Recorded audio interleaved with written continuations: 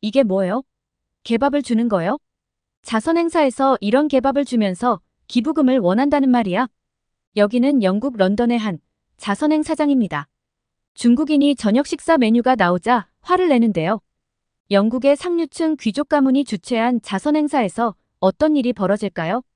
행사를 주최한 소피아 씨의 이야기를 지금부터 따라가 보겠습니다.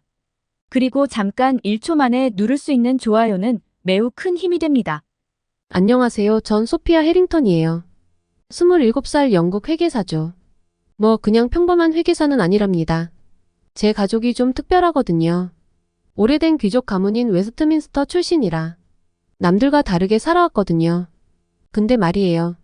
이게 축복인지 무거운 안간인지 정말 모르겠습니다.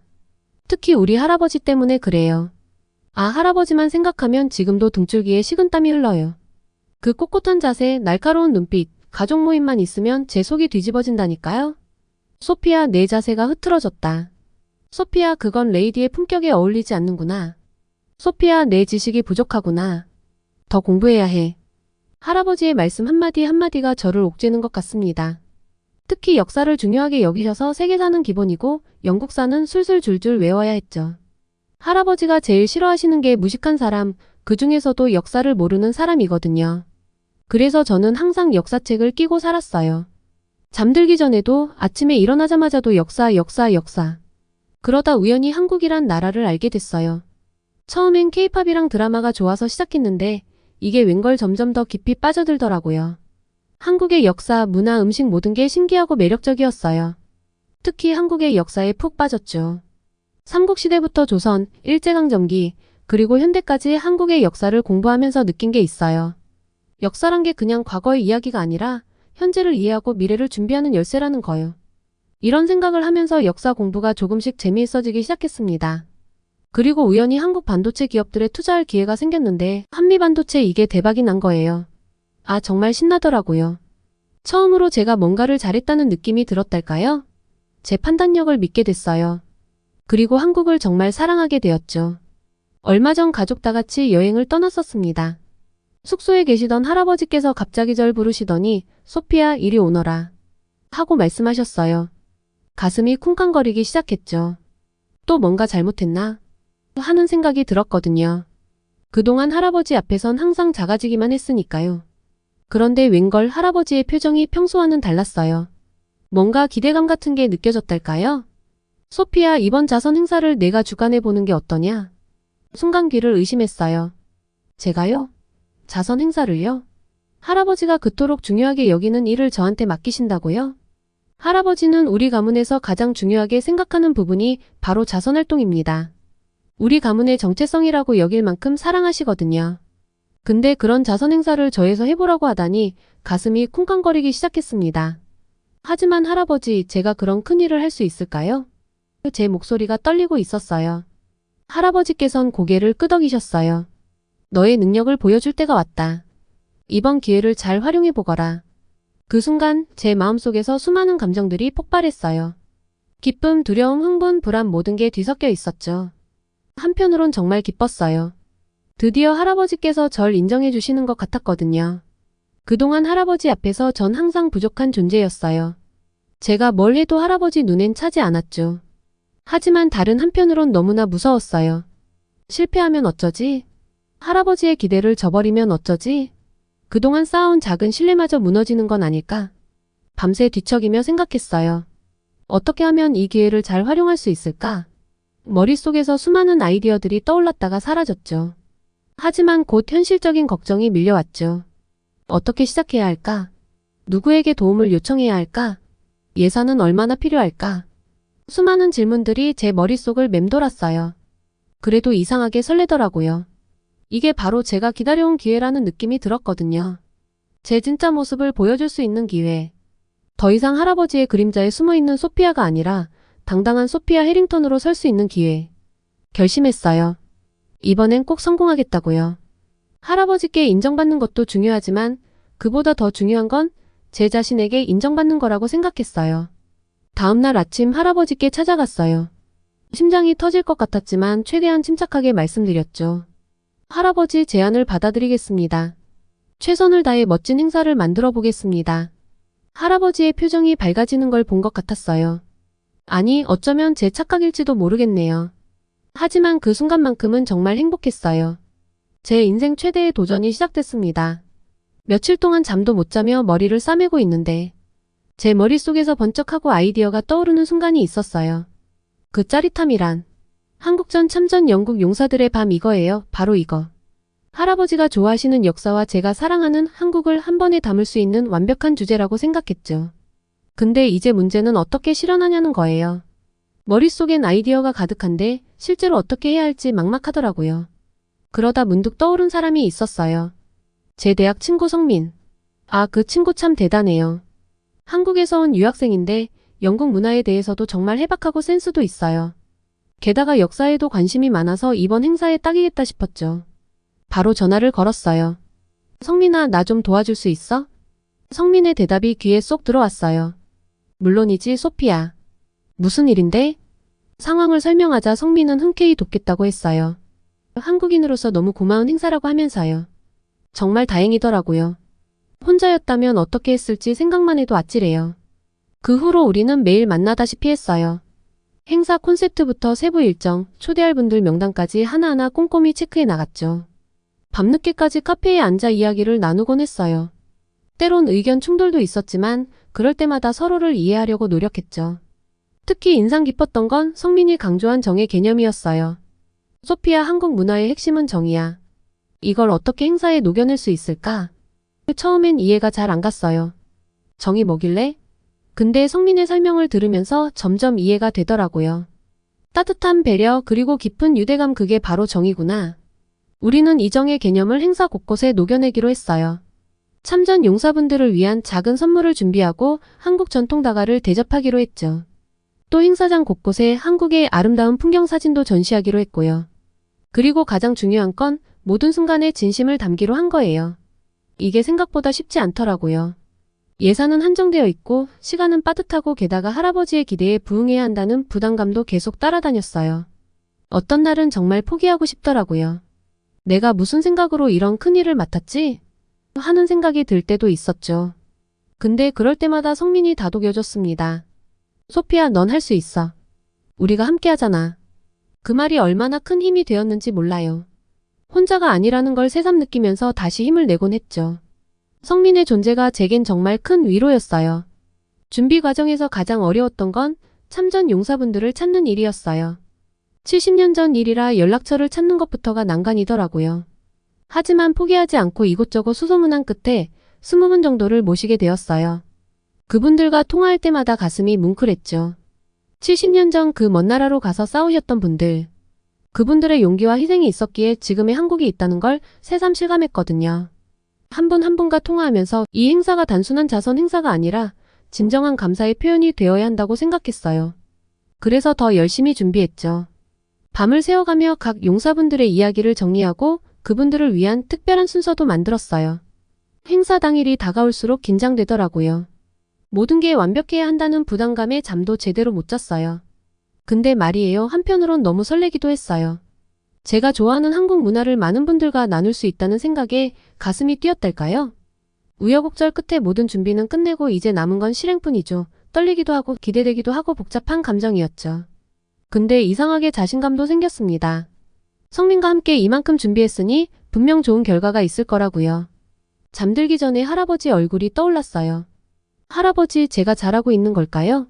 내일 행사를 보시면 뿌듯해 하실까요? 그리고 문득 든 생각. 이 행사를 통해 제가 한 뼘 더 자랐다는 걸 느꼈어요. 드디어 다음날 아침 가슴이 쿵쾅거렸어요. 거울을 보니 얼굴이 창백해져 있더라고요. 진정해, 소피야. 넌 할 수 있어. 계속 되뇌었죠. 행사장에 도착하자마자 마지막 점검에 들어갔어요. 손이 떨려서 체크리스트를 제대로 들지도 못했다니까요. 그때 성민이 다가와 제 어깨를 토닥였어요. 소피야, 긴장 풀어. 우리가 열심히 준비했잖아. 잘 될 거야. 그 말에 조금은 안심이 됐죠. 손님들이 하나둘 도착하기 시작했어요. 참전 용사분들을 뵈니 눈시울이 붉어지더라고요. 그분들의 눈빛에서 깊은 감회를 느낄 수 있었어요. 할아버지도 오셨는데 평소와는 다르게 따뜻한 미소를 지어주셨어요. 그 순간만큼은 모든 게 완벽해 보였죠. 행사가 시작되고 모든 게 순조롭게 진행되는 것 같았어요. 제 가슴속 긴장감도 조금씩 풀어지고 있었죠. 그런데 그때였어요. 중국 기업 대표 왕 씨가 도착했어요. 처음엔 그저 평범한 손님 중 한 분이라고만 생각했죠. 그런데 이게 웬걸 비빔밥이 나오자마자 그분의 표정이 일그러지더니 갑자기 소리를 지르는 거예요. 이게 뭐요? 개밥을 주는 거요? 순간 행사장이 얼어붙었어요. 모두의 시선이 그분에게 쏠렸죠. 저는 그 자리에 얼어붙은 채 아무 말도 할 수 없었어요. 머릿속이 하얘지면서 심장이 터질 것 같았어요. 손바닥에 식은땀이 주르륵 흘렀고 다리는 후들거렸습니다. 왕 씨는 거기서 멈추지 않았어요. 한국이 무슨 경제 강국이라고? 우리 중국이 없었다면 지금쯤 다 굶어 죽었을 거요. 이 말을 듣는 순간 제 안에서 뭔가가 부글부글 끓어오르는 걸 느꼈어요. 분노? 아니면 공포감? 아니면 둘 다. 이 중국인이 미쳤나 했어요.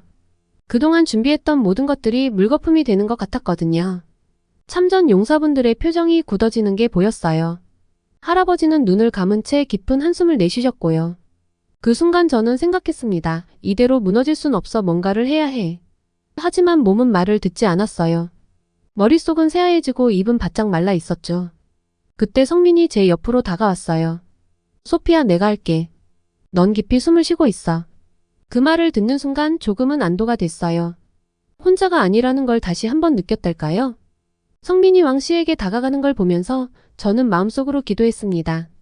제발 이 상황이 잘 해결되기를. 그 순간 정말 무서웠어요. 제가 그토록 열심히 준비한 행사가 이렇게 무너지는 걸 보는 게 너무나 고통스러웠죠. 할아버지의 실망한 표정, 참전 용사분들의 굳은 얼굴, 그리고 다른 손님들의 당혹스러운 시선들, 모든 게 제 잘못인 것만 같았어요. 내가 좀 더 신중했더라면, 좀 더 준비를 잘했더라면 하는 생각이 계속 맴돌았죠. 성민이 왕 씨 앞에 서는 모습을 보니까 숨이 멎는 것 같았어요. 과연 어떻게 대처할까? 하는 생각에 손에 땀이 나더라고요. 근데 성민의 표정이 너무나 차분해 보이는 거예요. 눈빛은 단호했지만 미소를 잃지 않았어요. 그 모습을 보니 저도 모르게 긴장이 조금 풀리더라고요. 성민이 입을 열었어요. 왕 선생님, 비빔밥에 대해 오해가 있으신 것 같습니다.